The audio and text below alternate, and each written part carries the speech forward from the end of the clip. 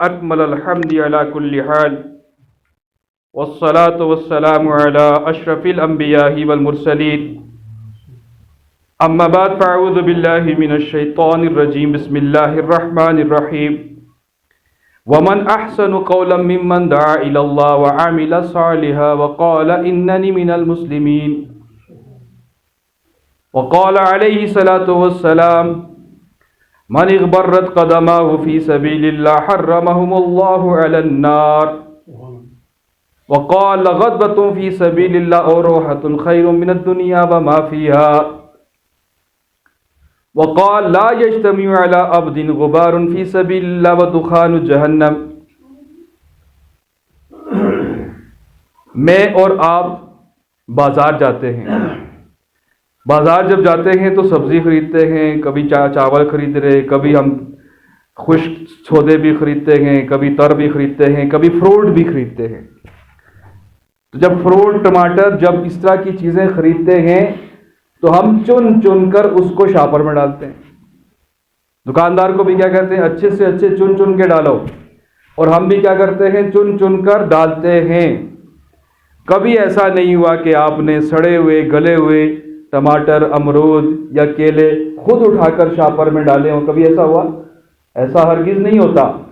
اسی طرح سے آپ سب کو اور مجھے بھی مبارک ہے اس بات کی کہ اللہ کے راستے میں آپ نکلے ہیں، اور میں بھی اس وقت آپ کے ساتھ بیٹھا ہوا ہوں، اس برکت کو حاصل کر رہا ہوں. اللہ نے آپ کو چنا ہے، گھر والوں کو گھر دینے کے لیے چنا ہے، آپ کو نکلنے کے لیے چنا ہے، مجھے بات چیت کرنے کی توفیق دی. یہ اللہ کا احسان ہے. کیا ہوتا ہے؟ فیکٹری میں بلاک بنتا ہے، اینٹ بنتی ہے، سیمنٹ بنتا ہے، بہت سی مٹیریل جو گھریلو استعمال میں آتے ہیں، اور اسی طرح سے کرسی، ٹیبل، سب چیزیں بنتی ہیں. اور فیکٹری جب تیار کرتی ہے اس کی مرضی نہیں ہوتی کہ اس کو کہاں بھیجے، لیکن رب تعالیٰ کی مرضی جب شامل ہوتی ہے تو وہی بلاک آ کر کہاں لگتا ہے؟ مسجد کی دیوار میں لگتا ہے. ایک بلاک محراب میں لگا، ایک ممبر میں لگا، اور ایک جو ہے دیوار میں لگا. اور وہی بلاک جو فیکٹری سے نکلا تو وہ نالیوں میں لگا، وہ روڈوں میں لگا اور راستوں میں لگا. ان دونوں بلاکس کی کتنی بڑی اعتبار سے منزلت میں فرق آ گیا. ایک منزل کے اعتبار سے کتنا واہ واہ، اور ایک منزل کے اعتبار سے گٹر لائن میں لگ رہا ہے، نالی میں لگ رہا ہے، ساری دنیا کا گند وہاں سے گزر رہا. یہ اللہ کی طرف سے چناؤ ہے. اس پر ہم سب اللہ کا شکر ادا کریں، اور اس بات پر بھی اللہ کا شکر ادا کریں. دنیا میں بہت سے مذہب آباد ہیں. بعض لوگ ایسے ہیں اپنے ہی ہاتھ سے کیا کرتے ہیں؟ بت بناتے ہیں اور اس کو پوجتے ہیں. بت کس نے بنایا جی؟ میرے ابا جان بازار سے خرید کے لائے. کس نے؟ بت تراشنے والے نے بت بنایا ہے بھائی. اور اس کو کیا کر رہے؟ سجدہ کر رہے، اور اسے کہہ رہے کہ بیٹوں کا مسئلہ ہے جی، اولاد نہیں ہو رہی، اولاد دے دو، بارش نہیں ہو رہی، بارش دے دو، اور نوکری کا مسئلہ ہے، نوکری کا انتظام کر لو، ماں بیمار ہے، اس کو صحت دے دو، اور وہ بت کو پوج رہے ہیں. بعض لوگ ایسے ہیں اپنے گھر میں گائے باندھی ہوتی ہے، جب وہ پیشاب کرتی ہے تو برتن لے کر دوڑتے ہیں کہ اس کا پیشاب نیچے نہ گر جائے. اس کو برتن میں بھرتے ہیں، اور بھرنے کے بعد اپنے گھر میں دادا دادی، امی ابو جو بیمار ہیں ان کو جا کر وہ پیشاب برکت سمجھ کر پلاتے ہیں. ایسا مذہب بھی ہے دنیا میں، یہاں تک کہ وہ پیشاب پیکنگ کر کے اب یہاں انڈیا سے دوسرے ملکوں میں جہاں پر گائے نہیں ملتی، گائے کا پیشاب نہیں ہے، وہاں پر وہ پیشاب پیک کر کر پہنچایا جا رہا ہے. اور اس کے گوبر کو برکت سمجھ کے اپنے گھر میں لپائی کرتے ہیں. جس طرح ہم اپنا گھر دھوتے ہیں، ہم کہتے ہیں ہمارا گھر آج پاک صاف ہو گیا. کپڑے ہم دھوتے ہیں، کہتے ہیں آج پاک صاف ہو گئے کپڑے. اور بڑا ایک لذت اور کیفیت آتی ہے جب ہم گھر صاف کرتے ہیں. وہ کیا کرتے ہیں؟ اپنے گھروں کو ہفتہ وار گوبر سے لپائی کر کے کہتے ہیں ہمارا گھر برکت والا ہو گیا، پاک اور پوتر ہو گیا. دنیا میں ایسے لوگ بھی ہیں سانپ کو سجدہ کرتے ہیں، آگ کو پوجتے ہیں، چاند کو پوجتے ہیں، سورج کو پوجنے والے بھی ہیں. اور ایسے بھی ہیں کہ اتنے گمراہ ہیں، کہتے ہیں کہ بھائی بس خود ہی ہم دھماکہ ہوا پیدا ہو گئے اور خود ہی ہم ختم ہو جائیں گے، کوئی نہ لینا نہ دینا، سب کچھ دنیا ہی ہے. اتنے جاہل ہیں کہ وہ بنانے والے کو پہچانتے ہی نہیں کہ جس نے زمین آسمان بنائی، سورج چاند ستارے بنائے، مجھ انسان کو جس نے بنایا اس کی پہچان ان کو نہیں ہے۔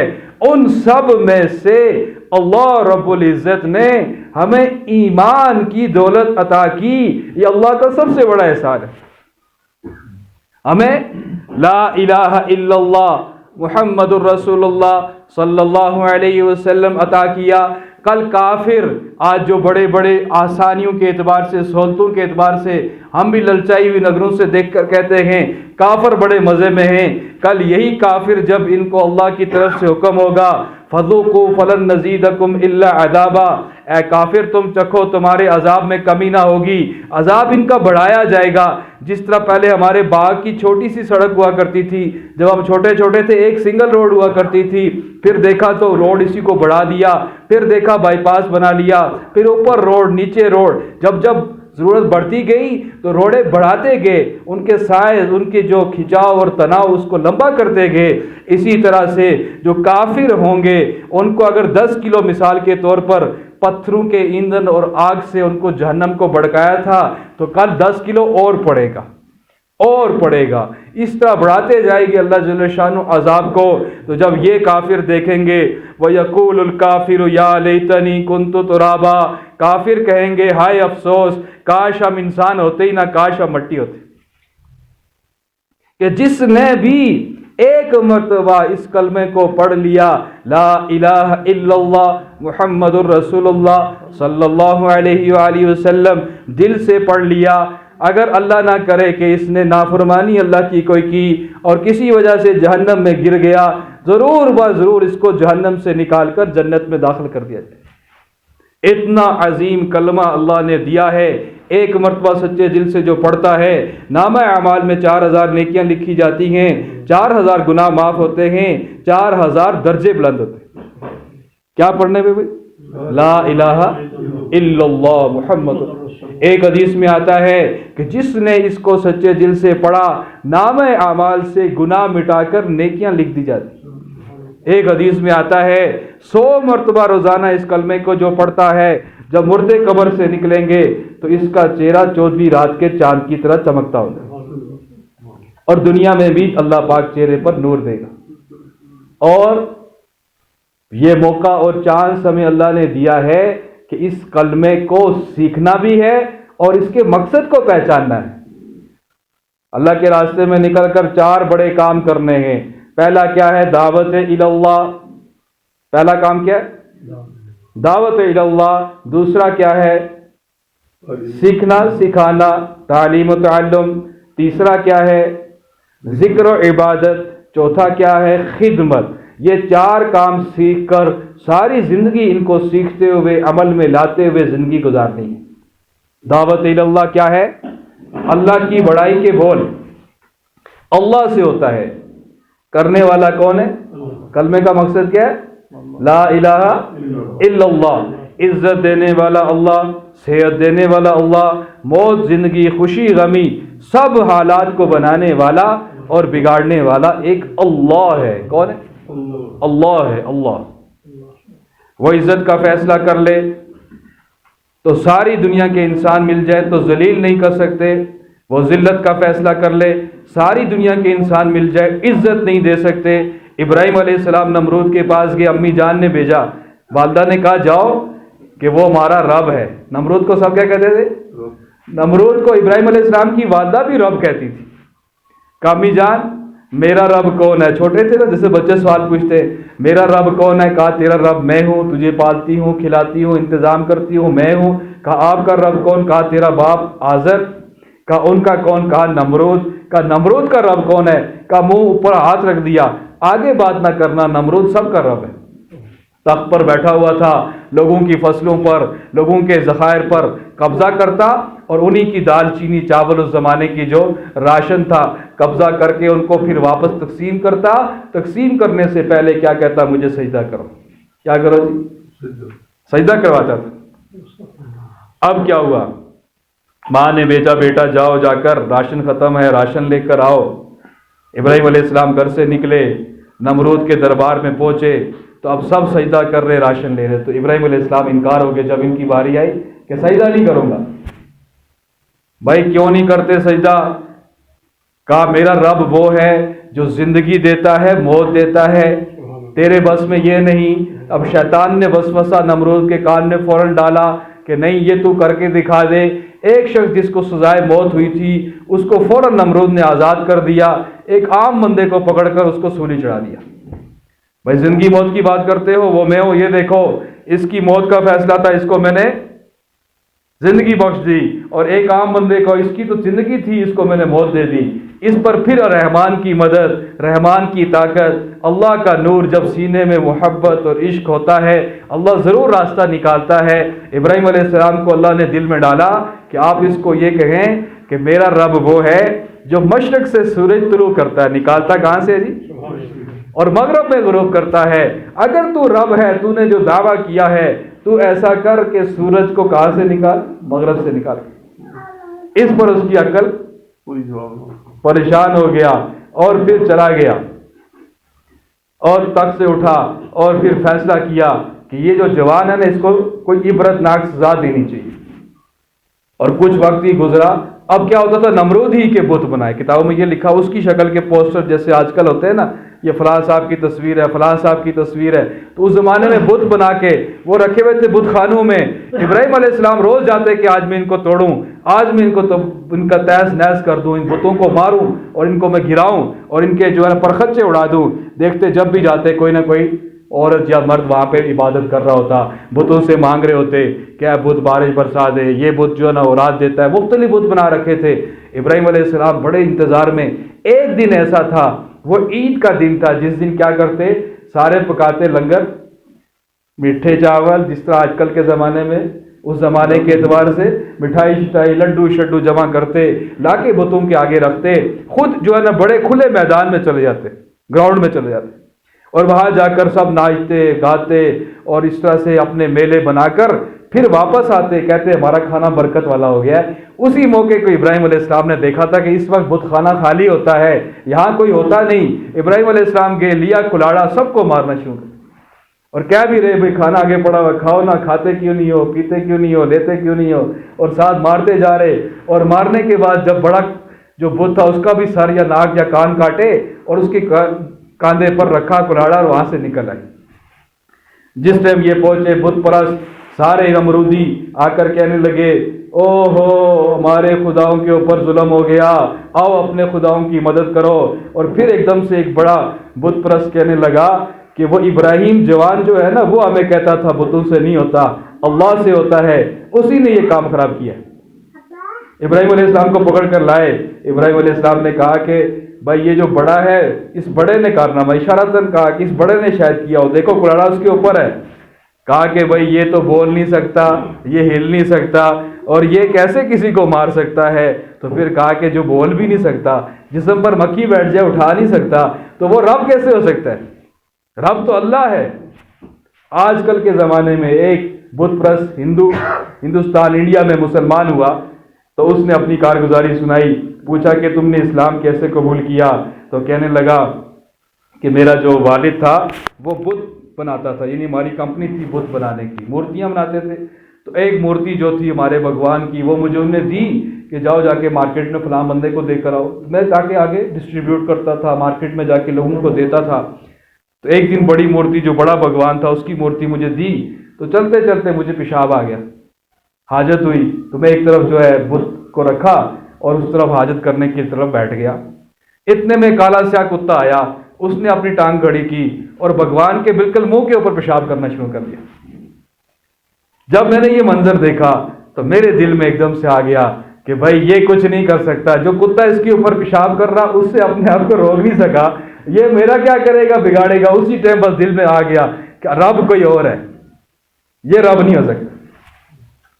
تو ابراہیم علیہ السلام نے جب یہ دعوت دی، اب ان کو مشکلات میں نمرود نے کیا کیا، اتنی بڑی آگ جلانے کا حکم دیا کہ ابراہیم علیہ السلام ڈر جائیں اور تاکہ یہ اپنے بات سے پھر جائیں، اور 7 مہینے لگے رہے، صرف ایندھن جمع کرتے رہے، لکڑی جمع کرو، اونٹوں پہ، ہاتھیوں پہ، بڑے بڑے جانوروں پہ رکھ کر وہ لاتے رہے، اور جب لا کر جب آگ جلانے کا موقع ہوا، 7 مہینے وہ ایندھن جمع اس لیے بھی کیا کہ شاید یہ جوان اپنی بات سے پھر جائے، ڈر جائے، اور ایندھن اتنا جمع ہو گیا، آگ جب جلائی کہ اوپر سے اگر چڑیا گزرتی تھی وہ بھی جل کر بیچ میں گر جاتی، کبوتر پرندہ کوئی بھی گزرتا وہ جل کر، اتنی فضا میں آگ اتنی اونچی تھی۔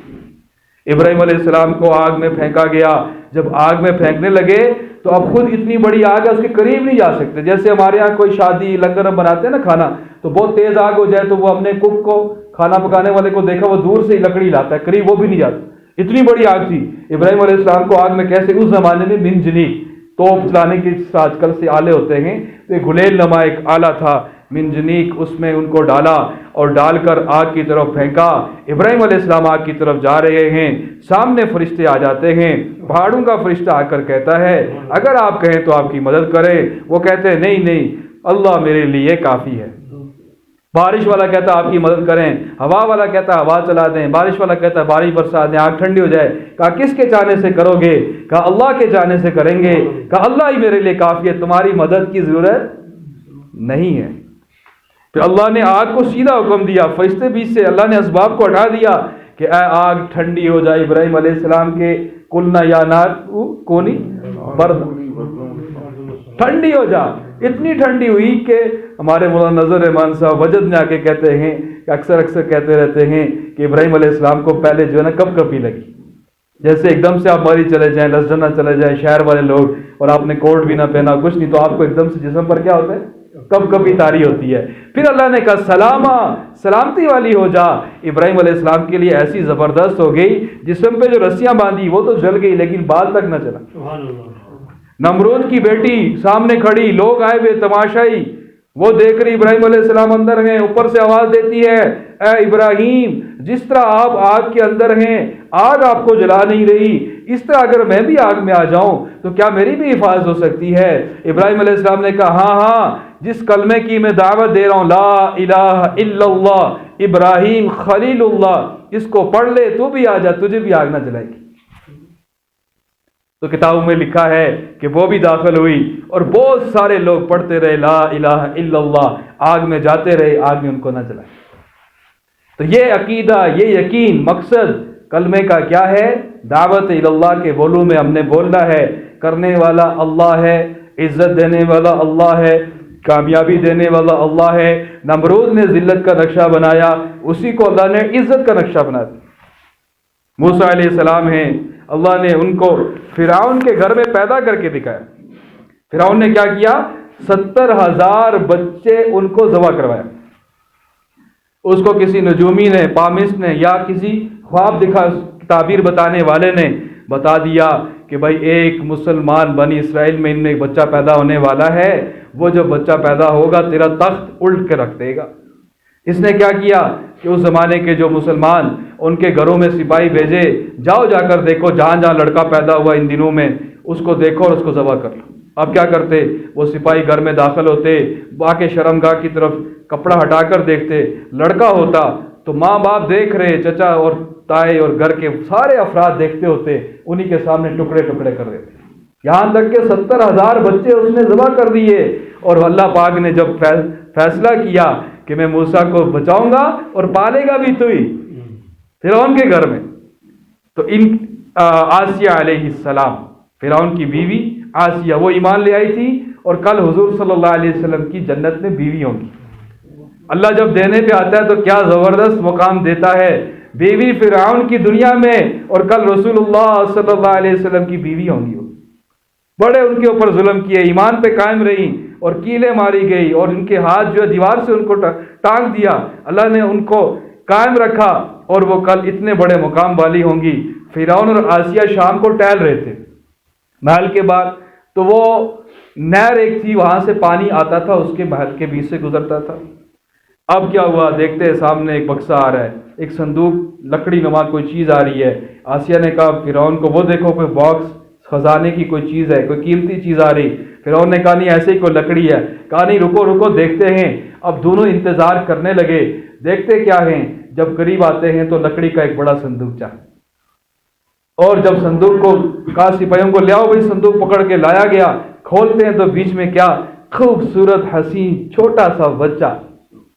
کون؟ موسیٰ علیہ السلام۔ فوراً سمجھ گیا، کانپنا شروع ہو گیا، یہ وہی بچہ ہے جس کو میں مروا رہا ہوں، جو میری بربادی کا ذریعہ بنے گا، اس کو لے آؤ، قتل کرو، مارو۔ آسیہ کہنے لگی نہیں نہیں، ہمارے یہاں اولاد کوئی نہیں ہے، تو یہ بڑا خوبصورت حسین بچہ ہے، اس کو اپنا بیٹا بنائیں گے۔ کہا نہیں نہیں ایسا نہیں۔ فرعون نے اپنے ہاتھ میں لیا، فوراً موسیٰ علیہ السلام نے زور سے داڑھی کھینچی اور تھپڑ بھی مارا۔ تھپڑ اتنا زور کا، فرعون سمجھ گیا، کہا نہیں نہیں نہیں، یہی بچہ ہے، میرے تخت کو مجھے الٹنے کے لیے آیا ہے، اس کو ہم نہیں پالیں گے۔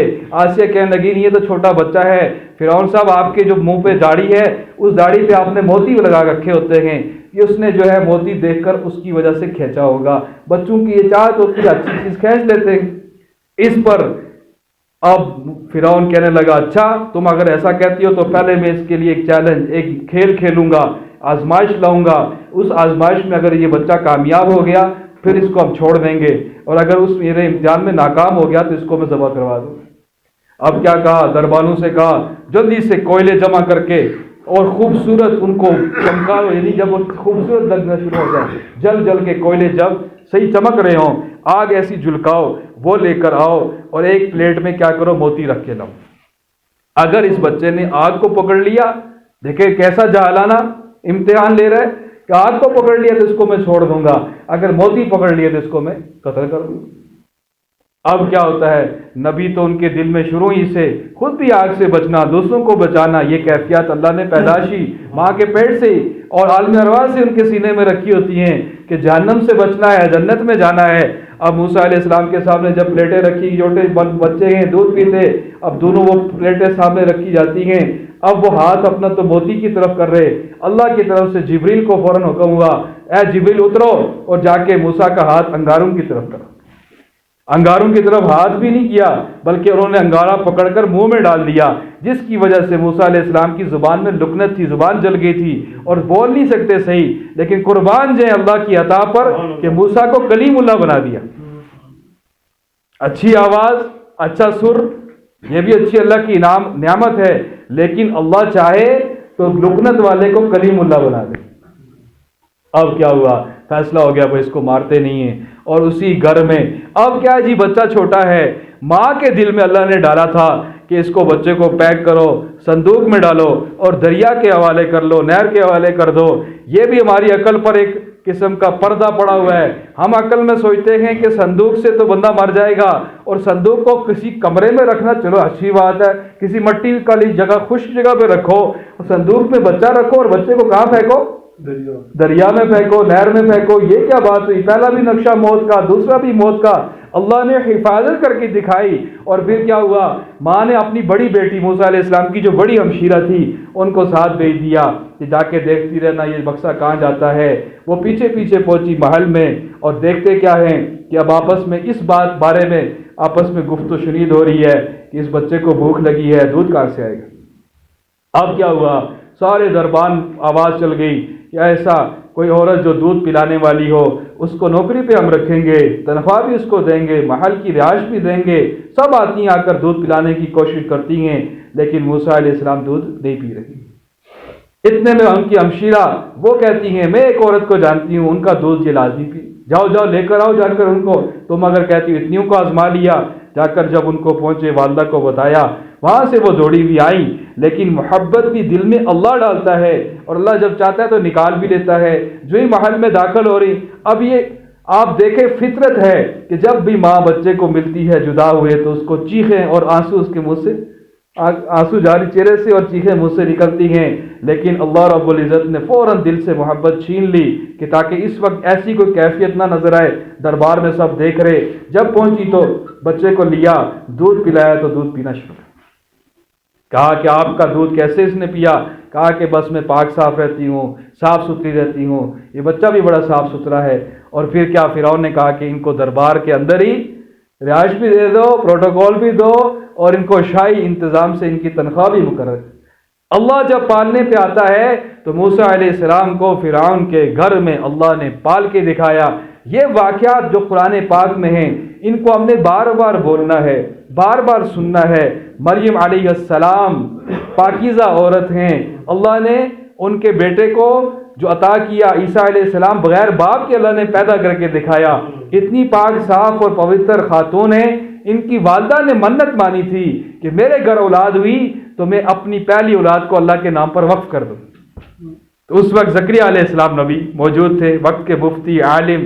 اور ہمیں یہ بھی چاہیے کہ مسائل جب بھی آئیں تو علماء سے پوچھ کر عمل کریں. انہوں نے فوراً کیا کیا، ان کو پیغام دیا زکریا علیہ السلام کو کہ میں نے تو منت مانی تھی جو پہلی اولاد ہوگی تو اس کو اللہ کے نام پر وقف کروں گی، اب آپ کیا کہتے ہیں؟ انہوں نے کہا ٹھیک، آپ نے منت مانی تھی، آپ کی نیت کیا تھی؟ انہوں نے کہا میں سوچتی تھی لڑکا ہوگا. کہا جو لڑکی ہو گئی، کہا لڑکی ہو گئی، اس کو بھی آپ کو دینا ہی پڑے گا کیونکہ آپ نے نیت جو منت میں مانی تھی. پھر ان کے خالو لگتے تھے زکریا علیہ السلام. اب مریم علیہ السلام کو ایک جگہ حجرے میں بند کر دیا، اب ان کو تعلیمات دے رہے، اس زمانے کی کتاب، اور ان کو ذکر اور اذکار اور عبادات سکھائے جا رہے. ایک دن کیا ہوا، زکریا علیہ السلام آ کر کیا دیکھتے ہیں، کنڈی کھولتے ہیں حجرے کی باہر سے، مریم اندر بیٹھی ہوئی ہیں تو سامنے بے موسم پھل پڑے، انگور، میوے اور پھل، اور بڑے عمدہ قسم کے. کہا یہ پھل کہاں سے آیا، یہ کھانے کی چیزیں، یہ پھل فروٹ کہاں سے لائے؟ کہا کہ اللہ کی طرف سے ہے، اشارہ کیا اللہ کی طرف سے، کہ اللہ کی عبادت میں لگی ہوئی تھی، اللہ غیب سے ان کا انتظام. پھر اس کو دیکھ کر زکریا علیہ السلام نے بھی کہا کہ اللہ مجھے بھی بڑھاپے میں اولاد دے دے. پھر اللہ نے دعا قبول کی کہ جو بے موسم پھل دے سکتا ہے تو وہ اولاد بھی دے سکتا ہے بڑھاپے میں.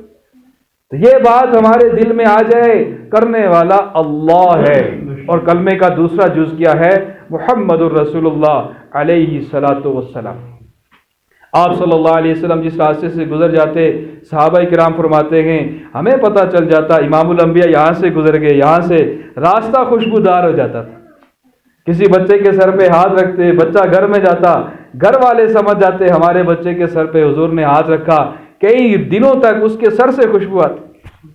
گرمی کا موسم ہے، ام سلیم بیٹھی ہوئی، آپ علیہ السلام درخت کے نیچے آرام کر رہے تھے، مبارک جسم سے پسینہ آ رہا، شیشی میں بھرے جا رہی. اور اتنے میں کیا ہوا، حضور صلی اللہ علیہ وسلم بیدار ہوئے. پوچھا ام سلیم، خالہ جان، پھوپھو جان، آپ کیا کر رہی ہیں؟ کہا کہ آپ کا پسینہ جمع کر رہی ہوں، گھر میں جو مشک اور عنبر ہے اس کو مہکانے کے لیے. اب یہ حضور کی بڑائی، حضور کی شان، حضور کی عظمت، اس کو بیان کرنا. جو سنتیں مردوں کے لیے ہیں حضور کی، جیسے امامہ ہے، داڑھی ہے، اور کچھ سنتیں ایسی ہیں جو اجتماعی ہیں، وہ عورتوں کے لیے بھی وہی سنتیں ہیں.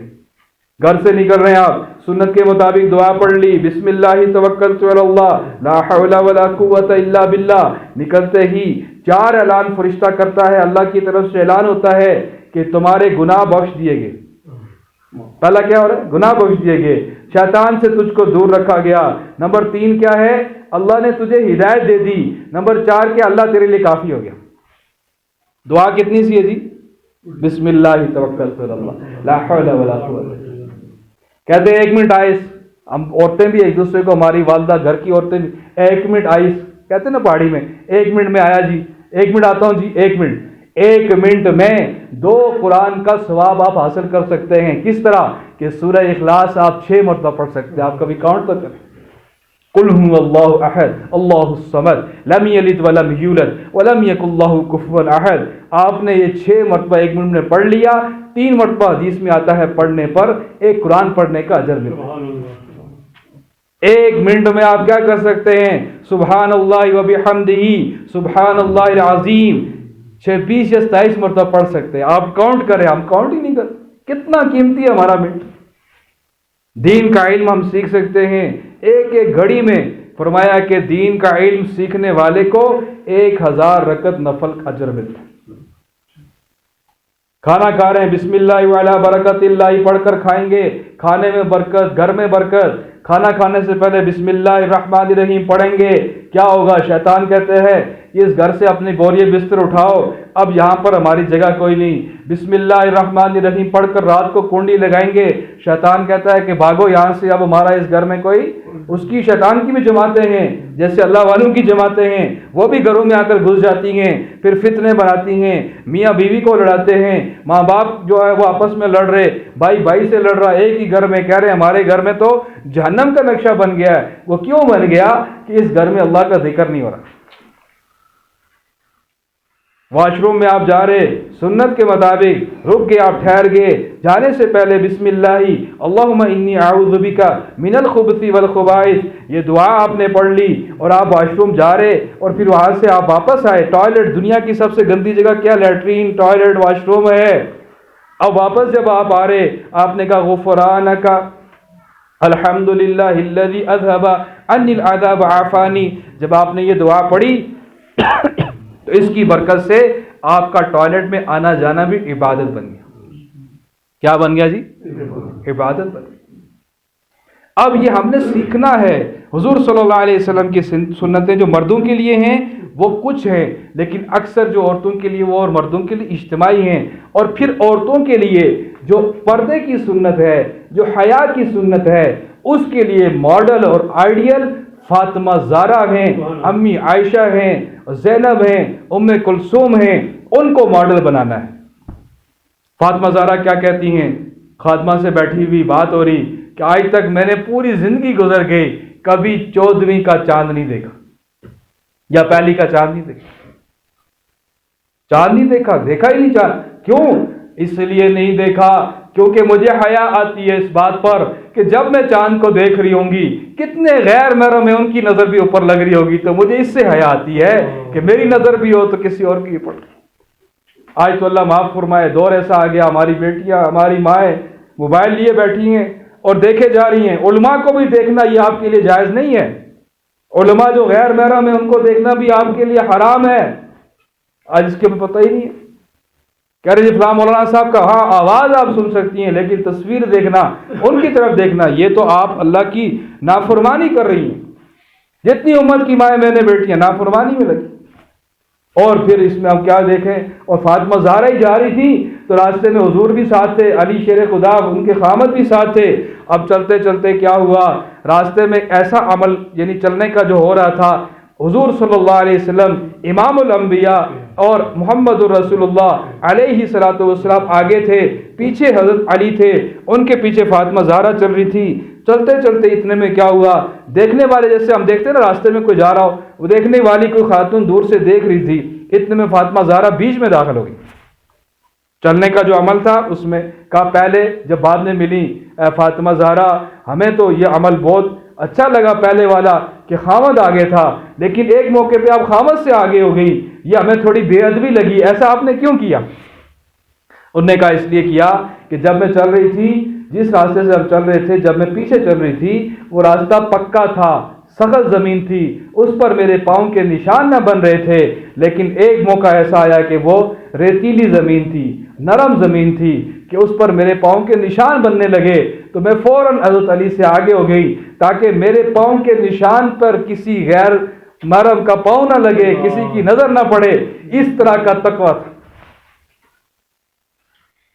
اور اپنی باندی اور خادمہ جو گھر میں کام کرنے والی، اسے کہہ رکھا تھا جمعے کے دن مجھے بتا دیا کرو کہ عصر کی نماز کے بعد کا جو وقت ہے مجھے وہ یاد کرانا۔ یہ نہیں کہا کہ روٹی پکا لینا، جمعے کے دن یہ کر لینا وہ کر، نہیں، مجھے عمل وہ بتا دینا، جمعے کے دن یاد کروا دیا کرو کہ عصر کا ٹائم ہو گیا ہے، تاکہ عصر اور مغرب کے درمیان کا جو وقت ہے جمعے کے دن میں اس میں خوب اللہ کا ذکر کیا کروں، خوب اللہ کی عبادت کیا کروں، خوب دعائیں کیا کروں، کیونکہ یہ وقت قبولیت کا وقت ہوتا ہے۔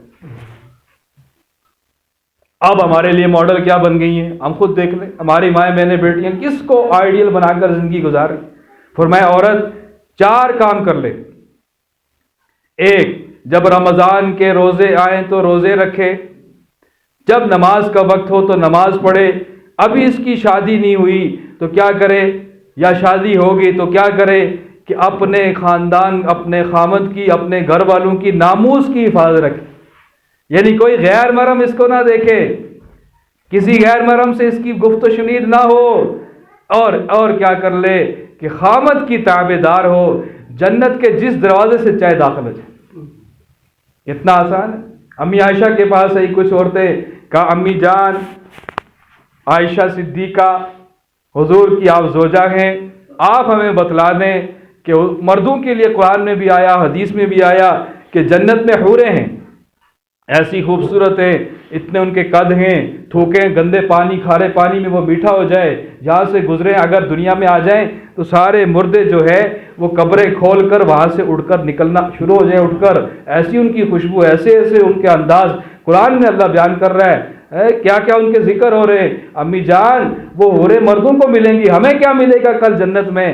فرمایا کہ تم ان حوروں کی سردار ہوگی، تم سردار بنو گی ان کی۔ ہم کیسے سردار بنیں گی امی جان، آپ نے یہ جو بتایا یہ ہمیں کیسے اتنا بڑا منصب ملے گا؟ فرمایا کہ حوروں نے روزے کوئی نہیں رکھے، سردی میں وضو کوئی نہیں، مشقت کوئی نہیں اٹھائی، تم نے تو مشقتیں اٹھائی، اس وجہ سے تم ان کی سردار۔ مولانا احمد پالم پوری رحمۃ اللہ علیہ کی کتاب میں ایک جگہ انہوں نے فضائل کچھ اکٹھے کیے، فرمایا کہ جو عورت تیسرا کلمہ پڑھتے ہوئے گھر میں جھاڑو دے ایسا ہے کہ جیسے بیت اللہ میں جھاڑو دے۔ جو عورت کیا کرے؟ گھر میں جھاڑو دے، تیسرا کلمہ پڑھے، اور جو مرد اس کا اللہ کے راستے میں نکلے اس کو بیگ بستر تیار کر کے اٹھا کر دے، 500 سال پہلے اس سے جنت میں داخل ہوتی۔ یاقوت اور زمرد کے موتی جڑے ہوئے سواریاں، اس پر اس کو سفر کرایا جائے گا، 70 ہزار اس کو جوڑے دیے جائیں گے۔ تو جنت ہے، جہنم بھی ہے۔ جنت ایسی جگہ ہے کہ جہاں پر خوشی ہے، غم کوئی نہیں، صحت ہے، بیماری کوئی نہیں، پریشانی کوئی نہیں، مصیبت کوئی نہیں۔ لا يسمعون فیہا لغوا ولا کذابا۔ جنت ایسی جگہ ہے، جمعے کے دن بازار لگے گا، ہر ایک جائے گا، اپنی مرضی کی ناک، اپنی مرضی کی آنکھ، اپنی مرضی کے کان۔ دنیا میں کہتے ہیں نا میرا رنگ وائٹ ہونا چاہیے، سفید ہونا چاہیے، سانولا ہونا چاہیے، انسان کی خواہشات بدلتی رہتی ہیں۔ ہر جمعے کو وہاں پر بازار لگے گا، جو مرضی چاہے اس طرح کا اپنا چہرہ وہاں پر لگائے۔ جمعے کو بازار لگ رہا ہے اور ایک درخت ہوگا، اس کے پاس جا کر کھڑے ہوں گے، جو کپڑا لباس رنگ سوچیں گے ویسے آپ کو لباس کو پہنا دیا جائے۔ بندہ بیٹھا ہوا جنت میں اور خواہش کرے گا کہ میرے مہمان آئیں، جیسے دنیا میں ہم کہتے ہیں نا میرے گھر مہمان آ جائیں، آ جاؤ میرے رشتہ دار، تو ساری دنیا کے اعتبار سے جو رشتہ دار پوری جنت والوں کو اگر بلا لے، اتنا بڑا دسترخوان لگ جائے گا کہ اس میں کھانا کم نہیں ہوگا، کھاتے جائیں گے، ڈکار ماریں گے، سب کچھ ہضم ہو جائے گا۔ دنیا میں اگر مہمان آ جائیں، جی اب مہمان تو آ گئے، خوشی ہوئی، پانڈے کن تو سی، دسترخوان لے آؤ جی، کرسیاں لے کر آؤ، ولیمے کا انتظام ہے، کیا کرو جی، مہمان لے کر آئیں گے ان کے لیے ٹینٹ سروس والوں کو بلاؤ اور ایسا ایسا انتظام کرو، ویسا ویسا انتظام کرو۔ گھر کی عورتیں بیچاری دو دو کر تھک جاتی ہیں، وہاں پر برتن دھونے کی ضرورت نہیں، وہاں پر کپڑے دھونے کی ضرورت نہیں، واشنگ مشین لگانے کی ضرورت نہیں، جو آپ خواہش کریں گے سامنے آپ کے پیش ہو جائے گا۔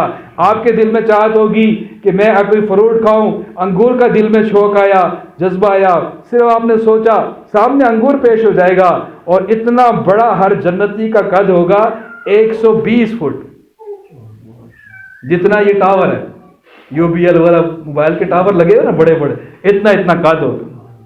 اور جنت میں خوشی ہے، غم کوئی نہیں، صحت ہے، بیماری کوئی نہیں۔ اور سب سے بڑا جو منظر ہوگا وہ کیا منظر ہوگا کہ جب اللہ کا بندہ دیدار کرے گا، اس میں بھی درجے ہوں گے۔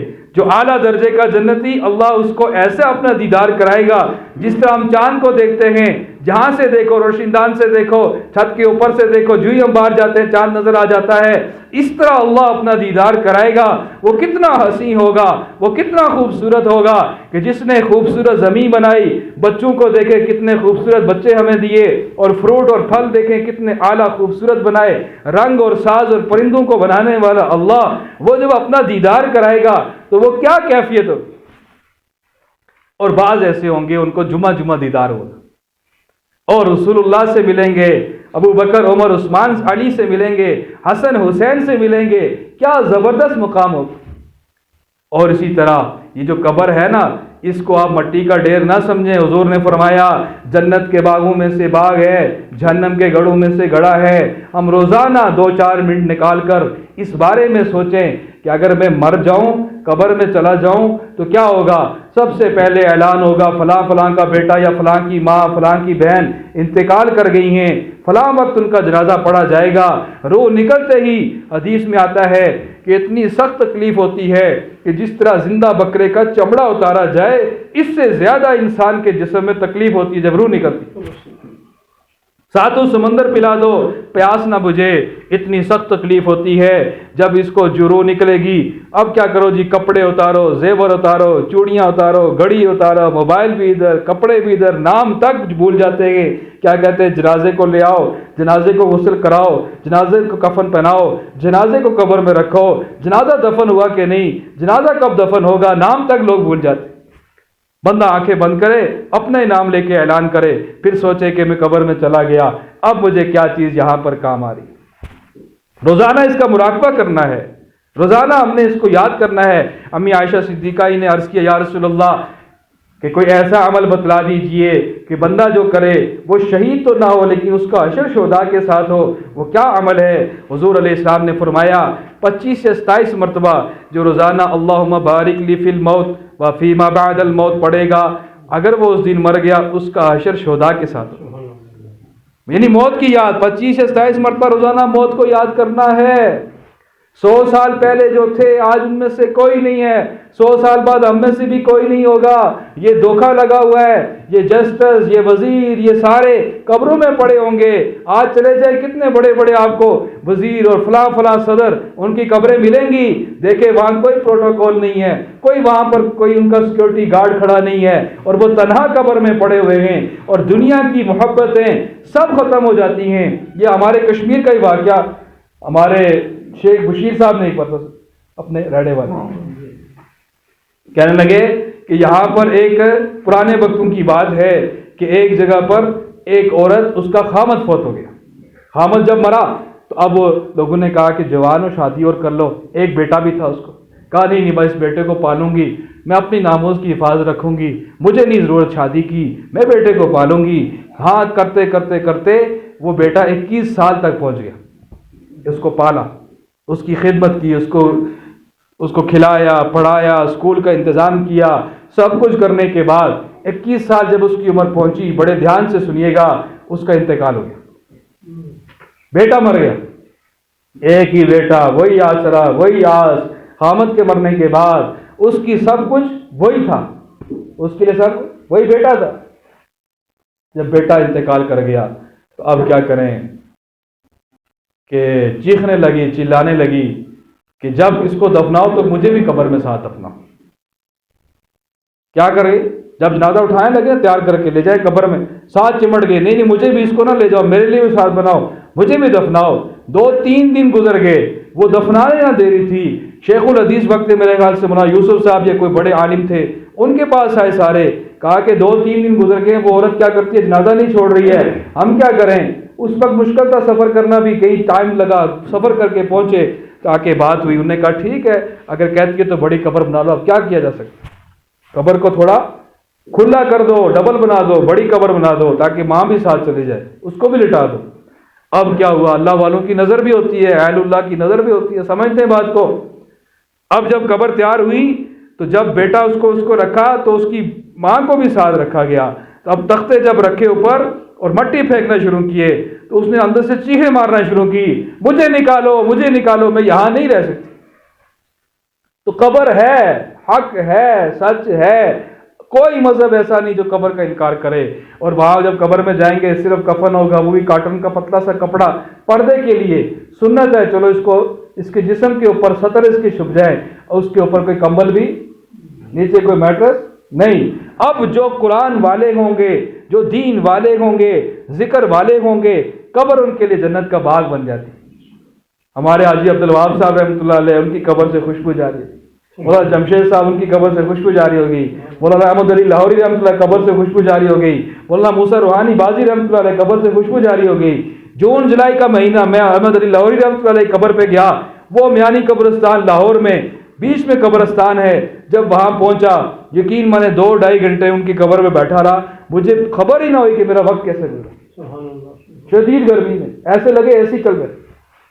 اللہ والوں کی قبریں وہ ہمیں دکھا رہی ہیں۔ یہاں بعد میں لارینڈے مسجد میں جب خدمت تھا امام خطیب کے لیے، کچھ لوگ آئے، انہوں نے کہا ہمارا ایک جوان فوت ہو چکا، اور ایسا ہوا کہ اس کی قبر پہ ہم گئے اور جا کر ہم نے وہاں پر دعا کرنا چاہیے، تو کیا ہوا کہ خوفناک قسم کا زلزلہ ہوا، اور جب ہم نے گھر والوں سے باقیوں سے پوچھا، نیچے ہم آئے اپنے گھروں میں یا دوسرے لوگوں سے کہ اتنا ہی زلزلہ ہوا ہے، اتنا تو نہیں ہوا، یہاں تو نہیں ہوا، صرف وہاں پر مولانا زلزلہ ہوا ہے، آپ بتائیں ایسا کیوں ہوا؟ میں نے کہا یہ اللہ آپ کو دکھا رہا ہے کہ یہ قبر جنت کے باغوں میں سے باغ ہے، جہنم کے گڑھوں میں سے گڑھا ہے، اس کے لیے بخشش کی دعا کریں، اور اس کے اعمال جو بیچارے کہ شاید وہ نماز نہ پڑھتا ہوا ہوگا، شاید اس کی زندگی ایسی ہوگی، اللہ نے آپ کو دکھایا کہ دنیا میں یہ عذاب بن جائے، یہ پنجاب میں ایک جماعت گئی، ان نے بتایا کہ ایک ڈاکٹر صاحب ہیں، ان کی قبر سے روزانہ رات کو آگ نکلتی ہے، کوئی آگ اسپیشلی کوئی جلاتا نہیں ہے، خود سے آگ نکلتی ہے، انگارے باہر جاتے ہیں۔ بھائی انگارے کہاں سے آ رہے؟ کہاں انگارے وہاں سے آ رہے کہ اس کو یہ ایک مرض لگا ہوا تھا کہ دین کی اکثر گستاخی کرتا تھا۔ کوئی پیشنٹ آتے نا نمازی جس طرح ہوتے، جیسے بزرگ آگے ڈاکٹر آ کے لائن میں بیٹھے ہوتے، ادھر سے نماز کا وقت اذان ہوتی تو وہ پیشنٹ کہتا، مریض کہتا، ڈاکٹر صاحب مجھے آپ پر اگر اجازت دیں تو پہلے نماز پڑھ کر آؤں، تو نعوذ باللہ وہ مذاق کرتا کہ تمہاری اٹھک بیٹھک سے، یعنی تمہاری شرمگاہیں اوپر نیچے کرنے سے نعوذ باللہ اللہ راضی ہوتا ہے تمہارے اوپر نیچے ہونے سے، اس طرح کی بات نماز کی مذاق کرتا تھا۔ تو جب سے مرا آج تک اس کی قبر سے آگ روزانہ لوگ دیکھتے۔ تو ہم نے اس بات کو سیکھنا ہے کہ بھائی دنیا کی زندگی وہ ہمارے پاس مختصر ہے، اور مرنے کے بعد کی زندگی وہ ہمیشہ کی زندگی ہے، اور اس کے لیے تیاری کرنی ہے، اخلاق اپنے اچھے بنانے ہیں، نمازوں پر محنت کرنی ہے، اللہ کا ذکر کرنا ہے، قرآن پاک سیکھ سیکھ کر اس پر عمل کرنا ہے۔ اور سب سے بڑی جو غم والی بات ہے، حضور علیہ الصلوۃ والسلام آخری نبی ہیں، اب کسی نبی نے آنا نہیں، حضور صلی اللہ علیہ وسلم کی ختم نبوت کے صدقے یہ ذمہ داری میرے اور آپ کے سب کے ذمہ ہے۔ ہر مرد اور عورت اس کی ذمہ داری ہے، ساری دنیا کے انسانوں تک کلمہ پہنچانا ہے، مشرق والے، مغرب والے، شمال والے، جنوب والے، جاپان والے، امریکہ والے، اور فلسطین والے، حتیٰ کہ اسرائیل والے، ان کا بھی ہمیں غم کرنا ہے۔ بغیر کلمے کے جائیں گے، مرتے ہی ان کے لیے آگ تیار ہو جائے گی۔ کتنا بڑا نقصان ہو رہا ہے اگر بغیر کلمے کے گئے، ہم نے ان کی بھی فکر کرنی ہے، ان تک کلمہ پہنچانا ہے، اس غم کو سینے میں لانا ہے۔ اللہ جل شانہ مولانا الیاس صاحب رحمۃ اللہ علیہ کی قبر کو نور سے بھرے، ایسا غم امت کو دے کر گئے کہ اب سب قربانیاں کر کے اللہ کے راستے میں نکل رہے ہیں، اور اس طرح سے غم آ رہا سینے کے اندر۔ آج اللہ معاف فرمائے، ابھی صبح میں آ رہا تھا، بائک کی لائٹ آن تھی، ایک جوان نے اشارہ کر کے پہلے مجھے کہا کہ لائٹ آن ہے، مجھے سمجھ نہ آئی، پھر میں رک گیا، اس نے پھر دوبارہ آواز دے کر کہا مولانا صاحب لائٹ جل رہی ہے، قاری صاحب لائٹ جل رہی ہے۔ کسی کا چینی کا تھوڑا سا پھٹا ہو نا تو وہ جا رہا ہو تو پیچھے سے سارے شور مچائیں گے، اور کیا ہو گیا جی؟ چینی گر رہی ہے۔ کسی کی لائٹ دن کو آن ہو، ہمارے ادھر مارکیٹ میں ایک لائٹ پڑوس والوں کی آن تھی تو مجھے دوسرے پڑوسی نے کہا کہ ان کی لائٹ جل رہی ہے، پھر جا کر میں نے ان کو نوک کر کے بتایا کہ آپ کے باہر والی دکان کی لائٹ جل رہی ہے، اس کو بند کریں۔ دنیا کا نقصان نظر آ رہا، کوئی غریب مر جائے تو کہتے ہیں ہائے بیچارہ مر گیا، ہائے یہ بیچارہ مر گیا۔ اللہ کی قسم یہ بیچارہ نہیں ہے، بیچارہ وہ ہے کہ جس کی زندگی میں نماز نہیں ہے، بیچارہ وہ ہے جس کی زندگی میں حیا نہیں ہے، بیچارہ وہ ہے جس کی زندگی میں دین نہیں ہے، جس کی ایک نماز چلی گئی اللہ کے نبی نے فرمایا 2,88,00,000 برس جہنم کی آگ میں جلنا پڑے گا، یعنی دیر سے اس نے پڑھی، بعد میں پڑھ بھی لی، اتنا اس کو عذاب ہوگا۔ نماز نہ پڑھنے کی وجہ سے ایسا ہے کہ اس کا پورا خاندان ہی فوت ہو گیا، حضور نے یہ بھی فرمایا۔ حضور رحمت للعالمین ہیں، اور وہ مرد جو گھروں میں نماز پڑھ لیتے ہیں ان کے لیے دل کرتے ہیں، حضور فرماتے ہیں چند جوانوں کو جمع کروں اور اس کے گھر کو میں جا کر ایندھن جمع کر کے آگ لگا دوں، اور جو نماز پڑھتا ہے اللہ جل شانہ اس کو دنیا میں برکت دیتے ہیں، رزق میں برکت دیتے ہیں، اولاد میں برکت دیتے ہیں، اور اللہ جل شانہ ہر نماز کے بدلے اس کے لیے جنت میں مہمانیاں تیار کرتے ہیں۔ جیسے آپ کسی کے گھر جاتے ہیں نا، آپ کو وہ گفٹ دیتے ہیں، چیزیں دیتے ہیں، کھانا دیتے ہیں، اور وہ مہمان نوازی کرتے ہیں، آپ کے لیے دسترخوان سجاتے ہیں۔ اللہ رب العزت ہر نماز کے لیے جنت کو سجا رہے ہیں۔ اب یہ باتیں ایک دو بیان سے تو آتی نہیں، اب یہ باتیں پچھلی زندگی پر توبہ ایک دو بیان سے نصیب تو ہوتا نہیں، اس کے لیے کہا جاتا ہے کم سے کم پہلے جو مستورات ہیں 3 دن اللہ کے راستے میں لگائیں۔ کتنے جی؟ اب 3 دن کیا ہوتا ہے؟ فجر کے بعد بیان ہو رہا، جیسے اب جماعت یہاں ٹھہری، آپ نے دیکھا فجر کے بعد مذاکرہ ہو رہا، سیکھنے سکھانے کا عمل ہو رہا، اور مسائل سیکھ رہے، نماز سیکھ رہے، اور پھر اسی طرح سے تعلیم کا حلقہ لگتا ہے، پھر ایسے مردوں کی طرف سے بیان ہوتا ہے، زور کے بعد پھر تعلیم، 24 گھنٹے سیکھنے سکھانے میں لگ رہے، اللہ اللہ کرنے میں لگ رہے۔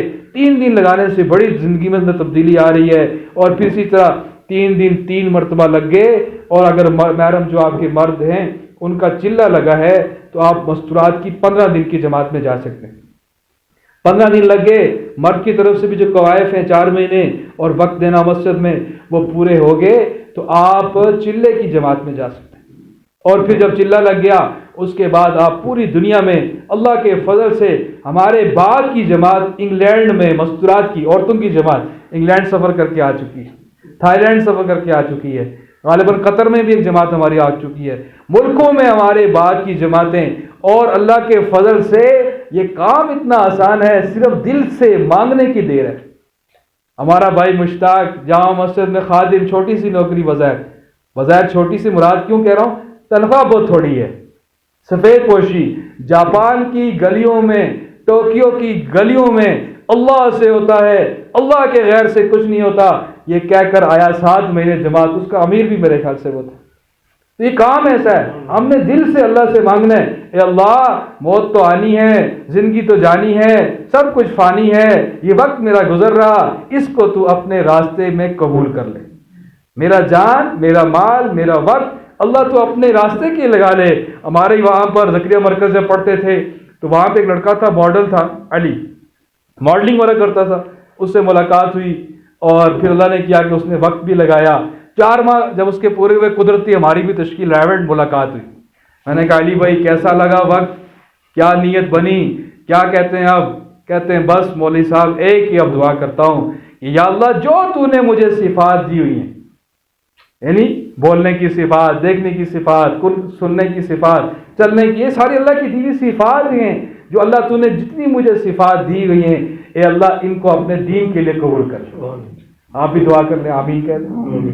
اے اللہ ہماری بھی صفات، ہماری عورتوں کی، ماؤں بہنوں، بیٹیوں کی، مردوں کی، اے اللہ تو نے جو ہمیں صفات دی ہوئی ہیں وہ ہماری بولنے والی ہیں، سننے والی ہیں، دیکھنے والی ہیں، جتنی ہماری طاقتیں اور قوتیں ہیں، اے اللہ ان کو اپنے دین عالی کے لیے قبول فرما دے۔ اور تبلیغ کا کام یہ غم ہے، ایک غم ہے۔ مولانا الیاس صاحب رحمۃ اللہ علیہ نے جب محنت شروع کی، سہارنپور میں 2 گھر تھے قریب قریب، اور بھی گھر، لیکن 2 گھر ایسے تھے کہ جو مسلمانوں کے بھی تھے اور ہندو کے بھی قریب قریب۔ اب ایک گھر ہندو کا، ایک مسلمانوں، ہندو کی بیٹی مسلمانوں گھر آتی، جیسے ہوتا ہے پڑوس کا معاملہ، چینی لی، نمک لیا، ایسے تعلق واسطہ تو بنتا ہے۔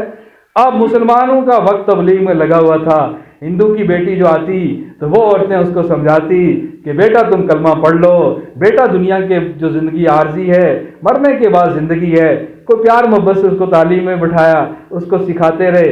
اللہ نے کیا کہ اس نے ایمان قبول کر لیا، ایمان تو لایا، اسلام قبول کر لیا، لیکن اب گھر والوں اس کو، ایمان تو ایسی چیز ہے چھپ نہیں سکتی، کہیں عبادت کر رہی، کوئی نماز پڑھ رہی، کوئی ذکر کچھ کر رہی تھی، گھر والوں نے دیکھ لیا۔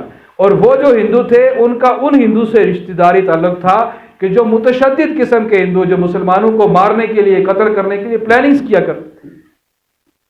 اب کیا ہوا، جب انہوں نے دیکھا نہیں نماز پڑھ رہی تھی، چچا نے اور باپ نے پکڑا، اٹھا کے گاڑی میں اس کو بٹھایا اور دور جنگل کی طرف چل پڑے، اور دور ویرانے کی طرف جا کر راستے میں اس کو کہتے رہے ایمان چھوڑ دے۔ اس نے کہا ایمان نہیں چھوڑتی، بلکہ باپ سے کہتی ابا تو بھی کلمہ پڑھ لے، بابا جان آپ بھی کلمہ پڑھ لیں، چچا جان آپ بھی کلمہ پڑھ لیں، کیونکہ مرنے کے بعد کی زندگی بڑی مشکل ہے، وہاں پر آگ ہی آگ ہے، اور آپ کلمہ پڑھ لو۔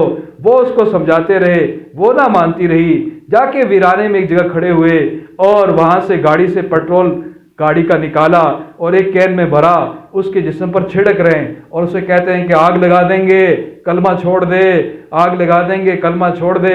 وہ کہتی ہے مجھے بے شک آگ لگا لو، یہ آگ تو عارضی ہے، آخر کی آگ بڑی خطرناک ہے، اس آگ سے تم بچ جاؤ، آپ کلمہ پڑھ لو چچا جان، ابا جان آپ کلمہ پڑھ لو۔ لیکن انہوں نے نہ اس کی سنی اور اس کو آگ لگا کر پیٹرول پھینک کے جلا دیا۔ یہ انڈیا کا سنا رہا ہوں، یہاں کا واقعہ، وہ صحابہ اہل بیت، ان کے تو بڑے مقام اعلیٰ، کربلا میں 72 تن امام حسین نے شہید کروا دی دین کے لیے، اور صحابہ کرام نے، اویس کرنی نے حضور کے عشق میں اپنے دان سارے توڑ دیے۔ ان کو خبر ہوئی نا حضور کا، وہاں جہاد کے موقع پر دانت کوئی شہید ہو گیا ہے، تو وہ اب وصال میں رہے، ملاقات تو ہو نہیں سکی، اور کیا کیا، وہاں سے انہوں نے ایک دان توڑا، کہا شاید یہ نہیں شاید دوسرا ہوا، یہاں تک کہ اویس کرنی نے اپنے سارے دان توڑ دیے۔ یہ عشق ہے، پیٹوں پر پتھر باندھ دیے، کیسی قربانیاں، اور اس زمانے میں یہ غم دل میں اتارا گیا اور اس کا نام ہیرا رکھا گیا۔ کہیں غار ہیرا کا ذکر ہوا نا، اس نے کہا کہ حضور کے نام پر میرا نام رکھنا، وہ جو ہندو کی بیٹی مسلمان ہوئی۔ اب ہیرا کا جو ہے آگ جلائی اور آگ جلا کر اس کی وہ راکھ وہیں پھینک کر آگے، اور جب واپس آتے ہیں اب خواب میں آ کے باپ کو کہتی ہے ابا جی کلمہ پڑھ لے، ابا جی کلمہ پڑھ لے۔ روزانہ اب وہ پریشان ہو گیا، صبح رات دن رات اس کو آنکھ نہ لگے، جب آنکھ لگے تو خواب میں وہ آئے اور آ کے اپنے بھائی کو بلایا کہ مجھے وہ کہہ رہی ہے میں نے کلمہ پڑھ لیا۔ وہاں سے اٹھا اور دہلی کے کسی عالم کے پاس وہاں کر میں چپکے سے کلمہ پڑھنا چاہتا ہوں۔ اب اس نے کلمہ پڑھا، وہ کچھ عرصے بعد وہ باپ بھی مر گیا۔ اب چچا کو خواب میں آگے کہتی ہے کہ چچا جان تو نے ابھی تک نہیں پڑھا، تو بھی کلمہ پڑھ لے، آخرت بڑی مشکل ہے، بغیر کلمے کے وہاں پر آگ ہی آگ ہے، عذاب ہی عذاب ہے۔ اس نے بھی خیر کلمہ پڑھا تو کہنے لگا کہ وہ جو خطرناک قسم کا گروہ تھا نا، جو ہندو کا، جو مسلمانوں کو کبھی مسجد کو جلاتے، کبھی اسکول کو جلا دیتے، اس طرح کے جو میرے دوست تھے یا تعلق والے تھے، ان کی ایک پلاننگ میں بھی بیٹھا ہوا تھا۔ اور وہاں پر کیا ہوا، یہ ذکر چل رہا تھا کہ فلاں اسکول کو ہم نے فلاں دن جلانا ہے، مسلمان جہاں زیادہ پڑھتے ہیں مدرسہ، اس کو ہم نے جلانا ہے۔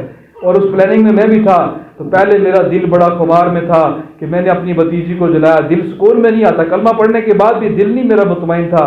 لیکن اس دن یہ ہوا کہ میں نے کہا اس کا بدلہ تب ہی ہو سکتا ہے کہ میں گیا اور وہ جو مدرسہ یا اسکول تھا اس کی دیوار کو پیچھے سے کھرچ کر میں رات کو جاتا اور اس کی دیوار نرم کر دیتا، کچھ ایسا دیوار کا۔ اور پھر میں بچوں کو، مسلمان جو بچے تھے ان کو بلا کے آرام سے سمجھاتا کہ بیٹا اگر اس اسکول میں کہیں آگ لگی نا تو وہ راستہ دیوار اس کو دھکا دینا، بس ٹوٹے گی اور تم وہاں سے نکل جانا۔ پھر ہوا ایسے ہی کہ ہمارے ہندو جو تھے انہوں نے اس اسکول کو پیٹرول پھینک کر آگ لگانا چاہی، تو سب بچے اس دیوار سے نکل کر باہر چلے گئے۔ کہا اس کے بعد جا کے میرا دل ٹھنڈا۔ تو یہ غم تبلیغ میں سکھایا جا رہا ہے، یہ غم تبلیغ میں دیا جا رہا ہے کہ یہ غم لگ جائے کہ کس طرح کسی نابینا کو دیکھتے ہیں نا، کتنا دل میں ہائے نکلتی۔ ایک جوان تھا بیچارہ، اس کو فالج ہو گیا، ہم گئے تو بڑی دل دکھا۔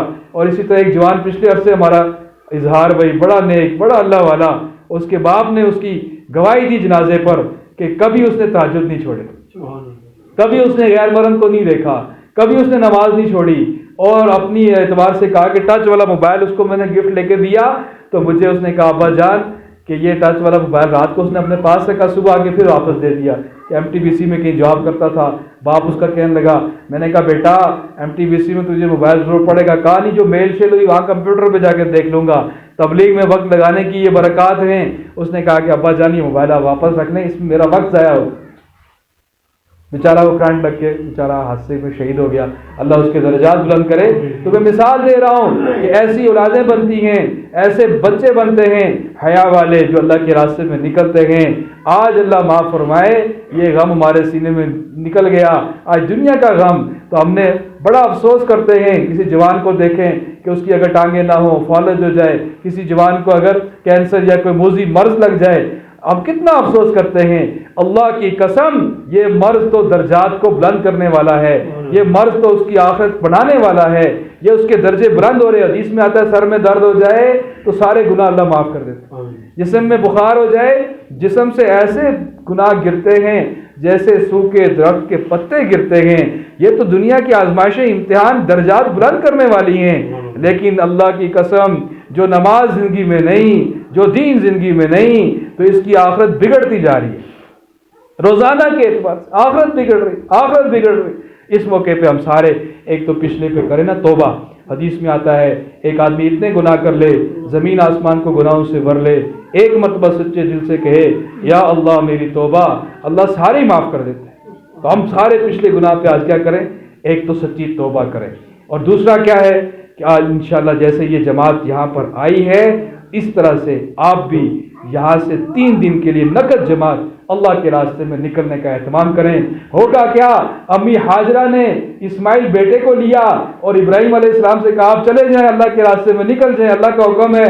اب وہ جب گئے، امی حاجرہ نے جو چکر لگائے نا، وہ اللہ کو اتنے پسند آئے کہ ہر نبی کے لیے وہ فرض کر دیے، قیامت تک کے لیے، ہر حاجی کے لیے۔ کیوں؟ اسماعیل کو چھوڑا انہوں نے اور کہا کہ اب میں اس کو پانی کہیں سے لا کے دیکھوں، صفا مروہ دو چھوٹی چھوٹی پہاڑیاں، کبھی صفا پہ جا رہی کبھی مروہ پہ، اور بچے کو بھی دیکھ رہی کوئی چیل کوا نہ کھا جائے۔ اور کتنی مشقت پہ چھوڑ کر ابراہیم علیہ السلام گئے، کوئی درخت نہیں تھا، گھر نہیں تھا، کوئی چھت نہیں تھا۔ اور کیا ہوا کہ اللہ رب العزت نے اسماعیل علیہ السلام نے پاؤں رگڑے تو ایڑیوں سے پانی نکلا، اس کو زمزم بنا دیا، برکت والا پانی جو پیے گا اس کی دعا اگر نیت کر کے دعا کر کے تو وہ دعا بھی قبول ہوگی، شفا اللہ دیں گے، اور پوری دنیا کے مسلمانوں تک وہ پہنچ رہا۔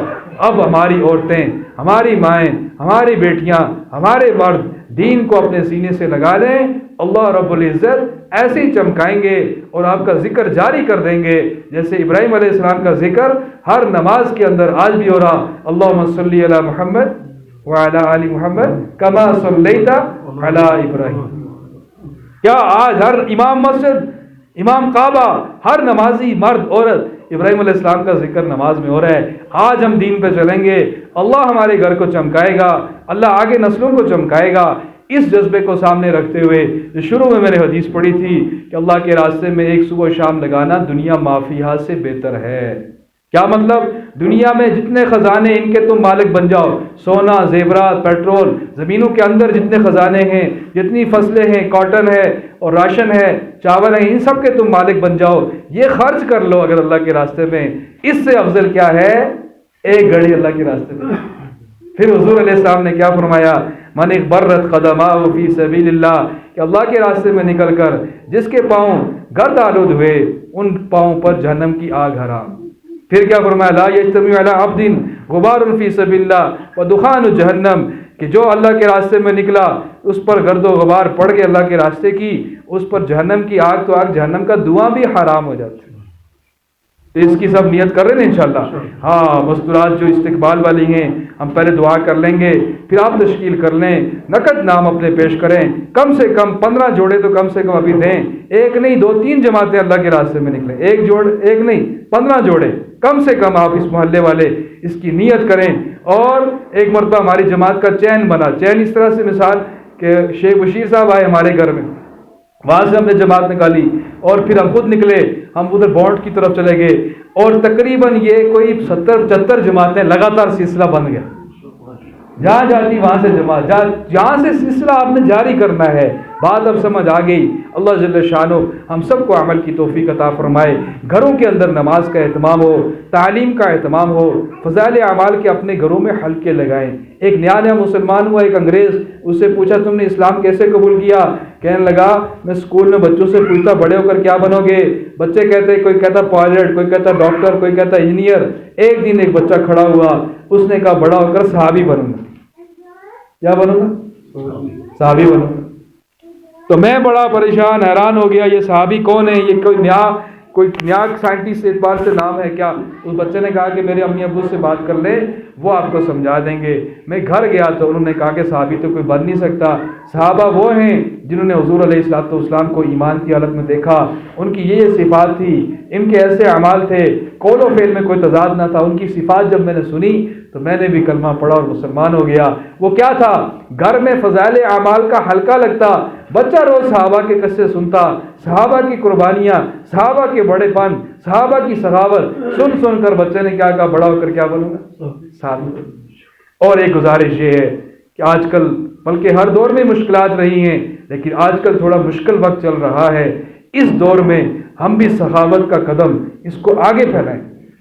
حضور علیہ السلام کے پاس ایک شخص آیا، یا رسول اللہ بھوکا ہوں، کھانے کو کچھ نہیں ہے، یا رسول اللہ میرے کھانے کا کوئی انتظام کیا جائے۔ آپ علیہ السلام نے کہا کہ ایک صحابی کو بھیجا، فلاں میری گھر والی یعنی ازواج مطہرات، ان کے گھر بھیجا، جاؤ ان سے کہو کچھ کھانے کو ہے۔ انہوں نے کہا واپس آ کے یا رسول اللہ وہ کہتی ہیں صرف پانی ہے، کچھ بھی نہیں۔ دوسرے گھر میں تو یا رسول اللہ وہ آپ کی زوجہ مبارکہ وہ کہہ رہی ہیں کہ صرف پانی ہے، کھانے کو کچھ نہیں۔ اس طرح تمام گھروں میں کچھ نہ تھا۔ حضور نے کہا کون آج اس شخص کو اپنا مہمان بنائے؟ ایک صحابی نے کہا یا رسول اللہ میں تیار ہوں، میں لے جاؤں گا ان کو اپنے گھر۔ آپ علیہ السلام کے کہنے پر جب وہ گھر پہنچا ان مہمان کو لے کر، تو بیوی سے پوچھا بیگم کھانے کا کوئی چیز ہے؟ کہا تھوڑا سا کھانا ہے، وہ بچوں کے لیے رکھا ہوا ہے، میں اور آپ تو ویسے بھی بھوکا ہی سو جائیں گے۔ کہا کہ نہیں، آج مہمان آ گیا ہے، بچوں کو بہلا بسلا کر سلا دو، اور کھانا جب تم لگا لو گی تو چراغ ٹھیک کرنے کے بہانے کیا کرنا، تم بھی آ کر چراغ کو بجھا دینا۔ کھانا آگے رکھ کر کیا کرنا، چراغ کو، تاکہ میں اس مہمان کے سامنے ایسا محسوس کروں کہ میں بھی کھا رہا ہوں، تاکہ اس کو کوئی پریشانی نہ ہو۔ یہ مہمان نوازی تھی، یہ دوسرے کا خیال تھا۔ اور آج اللہ معاف فرمائے، یہ کچھ پرانے زمانے کی بات بتا رہا ہوں، تھوڑے عرصے پہلے ہی کسی government school girls high school میں اس وقت حالات تھوڑے مشکل تھے، کوئی ایجنسی والے چلے گئے، کوئی سول انتظامیہ والے، انہوں نے جا کر تلاشی شروع کی کہ کسی کے اندر بیگ میں کوئی چیز تو نہیں ہے۔ ایک بچی ہے کہ اس نے اپنا بیگ اس پہ ہاتھ رکھ دیا کہ اللہ کا واسطہ میرا پردہ رکھو، میرا بیگ نہ کھولو۔ وہ بڑے اور ڈر گئے، پتہ نہیں بیگ میں کیا ہے۔ اس کو اٹھایا پرنسپل روم میں لے کر گیا آفس میں۔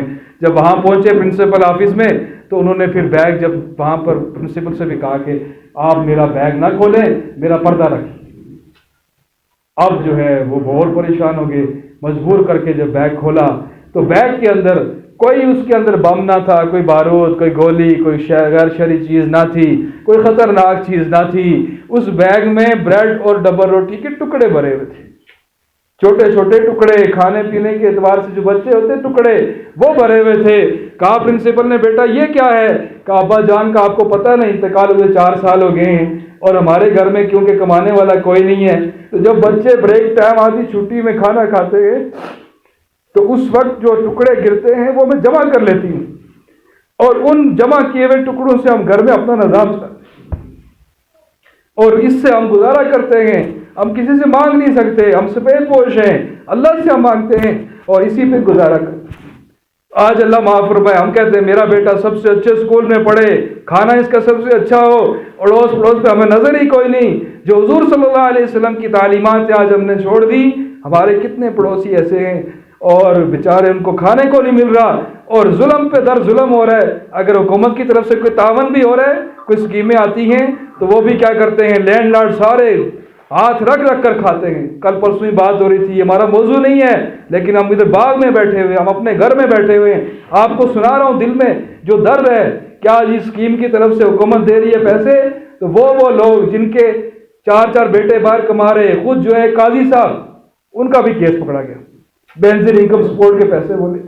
اللہ کے بندو، اللہ سے ڈرو۔ وہ کتنی ایسی بیوائیں ہیں، کتنے ایسے کمزور لوگ ہیں، ان کا حق تم کھا رہے ہو۔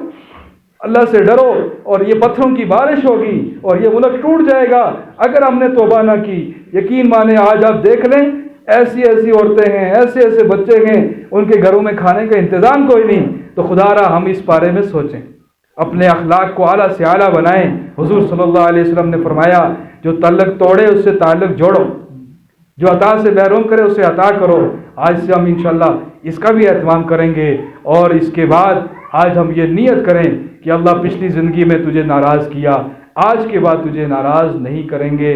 ہر عمل میں ڈر ڈر کر، سوچ سوچ کر چلیں گے کہ میرا اللہ مجھ سے راضی ہو رہا ہے یا ناراض ہو رہا ہے۔ سب ایک مرتبہ درود پاک پڑھ لیں۔ اللہم صلی علی سیدنا و مولانا محمد صلاۃ تنجینا بہا من جمیع الاحوال والآفات وتقضی لنا بها جميع الحاجات وتطهرنا بها من جميع السيئات وترفعنا بها عندك على الدرجات وتبلغنا بها أقصى الغايات من جميع الخيرات في الحياة بعد الممات إنك على كل شيء قدير۔ یا اللہ، یا رحمان، یا رحیم، یا کریم، ہم یا اللہ سیکھتا رہے ہیں، سیکھنے سے بھی جو ایک درجہ ہوتا ہے اس کے نچلے سے نچلے درجے والے ہیں۔ دین کی بات سننا سنانا ہم نے کیا، یقیناً اس میں کمی کوتاہی بے ادبی ہوگی، اللہ تو معاف فرما دے۔ یا اللہ، اللہ اے اللہ اپنے نور ایمانی سے، قوت ایمانی سے ہمارے سینوں کو منور فرما دے، ہمارے دلوں میں اپنی کامل محبت عطا فرما لے، ہمارے سیاہ دلوں کو سفید دل بنا دے، ہمارے پتھر دلوں کو موم دل بنا دے۔ یا اللہ دنیا کی جتنی محبت ہے اس کو نکال کر تو اپنی خاص محبت ہم سب کو عطا فرما دے۔ حضور علیہ الصلوۃ والسلام، اہل بیت، ازواج مطہرات، اصحابہ کرام، اولیاء اللہ کی کامل محبت عطا فرما دے۔